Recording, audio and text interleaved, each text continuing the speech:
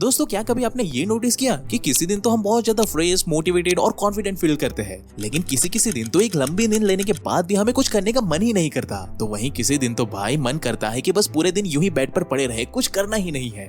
अगर आपके साथ भी ऐसा ही कुछ होता है ना भाई, तो मैं आपको एक बहुत ही शॉकिंग सी बात बताने वाला हूँ कि अगर मैं आपसे कहूँ कि आपके इन सारे इमोशन के पीछे आपके कपड़े जिम्मेदार है, तो शायद आप मेरा यकीन नहीं करोगे, क्योंकि कपड़े तो हम बचपन से पहनते आ रहे हैं ना, लेकिन कभी हमने ये समझने की कोशिश ही नहीं की कि आखिर इन कपड़ों का हमारे ब्रेन के साथ भला क्या कनेक्शन है। लेकिन भाई इसके ऊपर एक पूरी की पूरी स्टडी मौजूद है जिसे कहते हैं अनक्लोथेड कॉग्निशन, जो भाई ये क्लियरली बताती है कि कैसे हमारे कपड़े हमारे मूड, बिहेवियर, फोकस और इमोशन को ट्रिगर करता है। जैसे कि 2012 में हेजो एडमन एंड एडम गिलिंस्की ने एक एक्सपेरिमेंट कंडक्ट किया, जिसमें उन लोगों ने कुछ बच्चों को दो टीम में बांट दिया, जिसमें ग्रुप ए को लैब कोट पहनाया गया, तो वहीं ग्रुप बी को सिंपल सा स्ट्रीट वेयर पहनने को कहा गया, जैसे वो जेंजी वाले फैशनेबल कपड़े पहनते हैं ना वैसे वाले। और दोनों ग्रुपों को कुछ कॉम्प्लेक्स वाले टेस्ट दिए गए, जिसका रिजल्ट देखकर भाई सब हक्के बक्के रह गए, क्योंकि ग्रुप ए में शामिल लोग जिन्होंने लैब कोट पहन के रखा हुआ था ना, वो लोग भाई एक्चुअली में ग्रुप बी की तुलना में डबल मार्क्स लेकर आए थे। अब ये सुनकर आप लोग बोलोगे कि भाई हो सकता है कि ग्रुप ए के जो बच्चे हैं वो सच में बुद्धिमान हो, तेज हो, इसलिए शायद से वो ज्यादा मार्क्स लेकर आए होंगे। तो भाई यही बात रिसर्चर्स के मन में भी आई, इसलिए अब की बारी उन्होंने कोई रिस्क ही नहीं लिया। उन्होंने दोनों ग्रुप के बच्चों को आपस में मिक्स कर दिया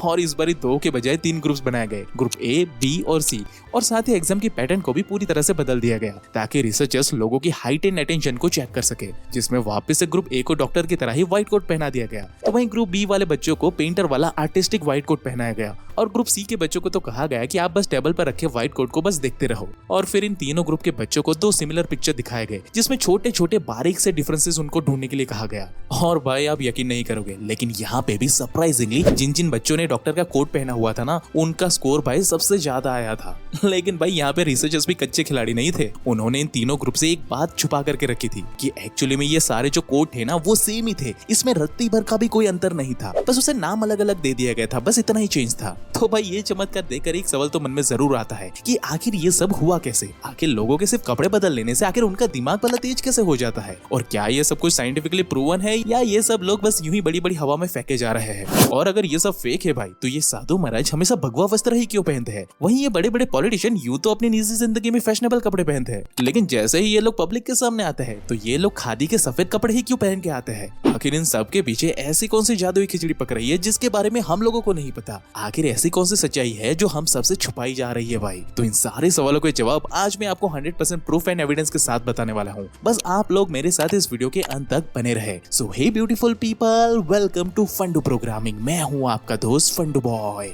अब भाई यहाँ पे एक बात मैं क्लियर करना चाहता हूँ कि सेल्फ इंप्रूवमेंट और मोटिवेशन से जुड़ी बड़ी बड़ी बातें तो सभी लोग करते हैं, लेकिन भाई पर्दे के पीछे की सच्चाई को साइंटिफिक प्रूफ एंड एविडेंस के साथ हम ही लोग इस इंटरनेट पे बताते हैं। तो भाई अगर आप सच में पर्दे के पीछे चल रही पूरी गेम को बारीकी से समझना चाहते हो ना, तो हमारे चैनल को अभी सब्सक्राइब कर लो। अब मुद्दे की बात करें तो आज से हजारों साल पहले धरती के काफी सारे हिस्से बर्फ से ढके हुए थे। तब एक्चुअली में उस समय लोगों को ऐसी चीजों की जरूरत पड़ी जिससे कि वो अपने शरीर को ढककर थोड़ी सी गर्माहट महसूस कर सके। अब उस समय जो लोग ज्यादा शक्तिशाली और पावरफुल थे, वो तो आराम से किसी भी जानवर को मारकर उसकी खाल को ओढ़ लेते थे ताकि उनके शरीर को थोड़ी गर्मी मिले। लेकिन जो बेचारे कमजोर और डरपोक थे, उनको भाई पत्ते वत्ते पहनकर ही ज्यादातर समय गुफा में रहना पड़ता था।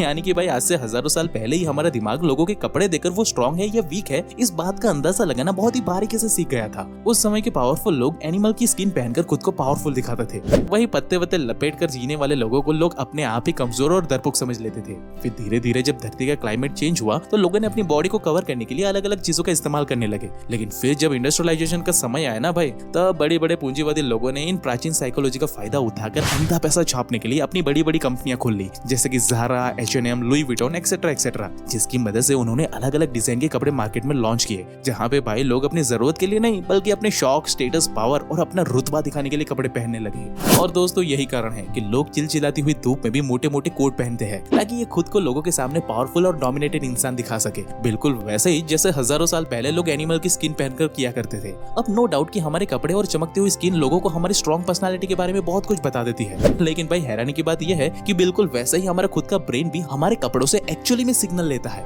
और हमारे बिहेवियर, माइंडसेट और एटीट्यूड को इन्फ्लुएंस करता है। यानी कि जैसे कपड़े हम पहनते हैं वैसा ही हमारा मूड एंड बिहेवियर भी चेंज हो जाता है। जैसे कि आप सबने भी नोटिस किया होगा कि ब्राइट कलर पहनने पर हमारा दिमाग तुरंत ही highly energise and highly confident feel करता है, तो वहीं डल और फीके फीके कलर हमें low energy and low confidence feel करवाते हैं। इसलिए तो आप ये नोटिस करोगे कि मेजॉरिटी टाइम सुबह उठकर हम जैसा फील करते हैं ना भाई, हम बिल्कुल वैसे ही कपड़े पहनकर पूरे दिन घूमते रहते हैं। लेकिन दोस्तों रिसर्चर्स ये बताते हैं कि अगर हम इस हैबिट को थोड़ा रिवर्स कर दें, यानी कि भाई सुबह उठकर हम जैसा फील करना चाहते हैं ना, अगर हम वैसे कपड़े पहन लें तो हमारा ब्रेन हमें पूरा दिन बिल्कुल वैसा ही फील करवाता है। अब यहाँ पे मैं कोई हवा में बात नहीं कर रहा हूँ, बल्कि mind what to wear book की ऑथर प्रोफेसर पाई ने बकायदा अपने कुछ स्टूडेंट को सुपरमैन की ड्रेस पहनकर स्कूल में आने को कहा। जिसके बाद भाई प्रोफेसर ने साइंटिफिकली सबको ऑब्जर्व करना शुरू किया कि जिन बच्चों ने एक्चुअली में सुपरमैन की ड्रेस पहनी हुई थी ना, उनकी स्ट्रेंथ काफी ज्यादा बढ़ चुकी थी। वो बच्चे भाई अचानक से स्ट्रॉन्ग एंड बोल्ड फील करने लगे थे, जैसे कि एक्चुअली में पावर लिफ्टिंग कॉम्पिटिशन में उन सब के स्कोर ऑटोमेटिकली सारे रिकॉर्ड को ब्रेक करने लगे। इसलिए तो आप सबने ये देखा होगा कि डॉक्टर, आर्मी और पायलट जैसे प्रोफेशन में लोगों को एक जैसा और रिस्पेक्टेड यूनिफॉर्म दिया जाता है।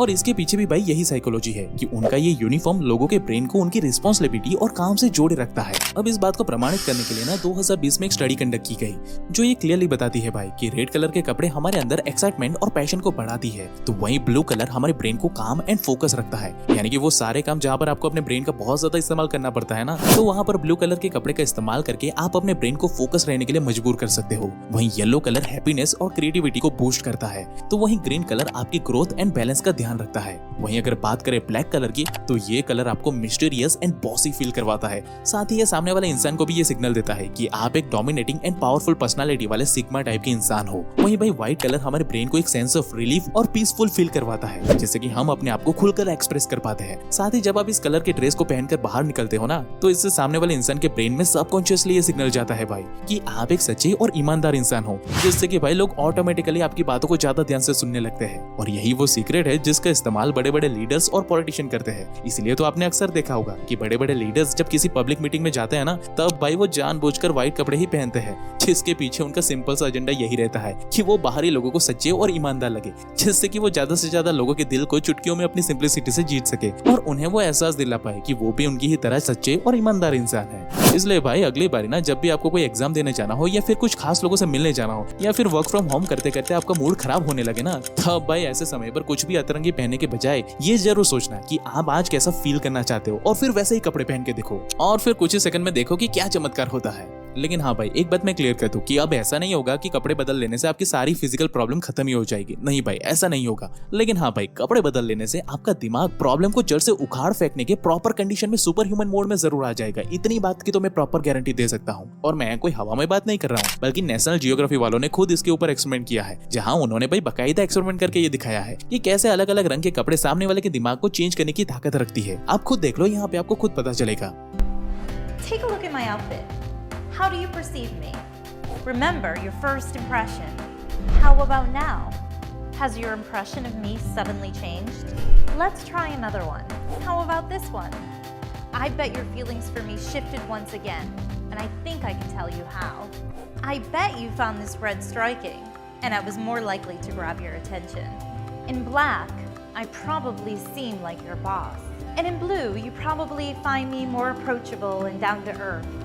So what is going on here? How can a simple change of color have such a profound impact? अब हाँ, मुझे पता है कि आप इतनी सारी इन्फॉर्मेशन और कलर्स को एक साथ याद नहीं रख सकते, इसलिए आप अपनी सहूलियत के लिए इस वीडियो को लाइक करके यहाँ पे सेव कर लो, ताकि जरूरत के टाइम पर आप इन कलर साइकोलॉजी के बारे में अगर कुछ भूल भी जाओ ना, तो वक्त आने पर इस वीडियो को रीवॉच करके सारी इन्फॉर्मेशन को फिर से बारीकी से एनालाइज कर सकते हो। बाकी आपको ऐसे ही डीप साइकोलॉजी के बारे में और भी जानना है ना, तो इस लैब वाली वीडियो को अभी चेकआउट कर लो और मुझे कमेंट करके बताना कि कलर साइकोलॉजी से आपकी लाइफ में क्या क्या चेंजेस आए, जैसे कि हम कमेंट सेक्शन में एक हेल्दी डिस्कशन कर सकते हैं। लेकिन दोस्तों, वीडियो खत्म होने से पहले इस हफ्ते की प्रो टिप है टाइम वर्सेस इन्वेस्टमेंट। तो चलिए समझते हैं कि अगर आपको 60 साल की उम्र में 5 करोड़ रुपए के साथ रिटायरमेंट लेनी है, तो इसके लिए आपको कितने पैसे सेव करने होंगे। तो भाई, अगर आप 50 की उम्र में हर महीने पैसे इन्वेस्ट करना शुरू करोगे ना, तो भाई 60 साल में 5 करोड़ रुपए के साथ रिटायर्ड होने के लिए आपको हर महीने कम से कम 2 लाख रुपए इन्वेस्ट करने पड़ेंगे। लेकिन वही 45 की उम्र में अगर आप इन्वेस्ट करना शुरू करते हो ना, तो आपको हर महीने 90,000 रुपीज इन्वेस्ट करने होंगे। वहीं अगर आप 40 की उम्र में इन्वेस्ट करना शुरू करते हो ना, तो आपको भाई हर महीने 44,000 रुपीज इन्वेस्ट करने होंगे। लेकिन दोस्तों, वहीं अगर आप 35 की उम्र में इन्वेस्ट करना शुरू करते हो, तो आपको करीब 22,000 रुपीज इन्वेस्ट करने पड़ेंगे।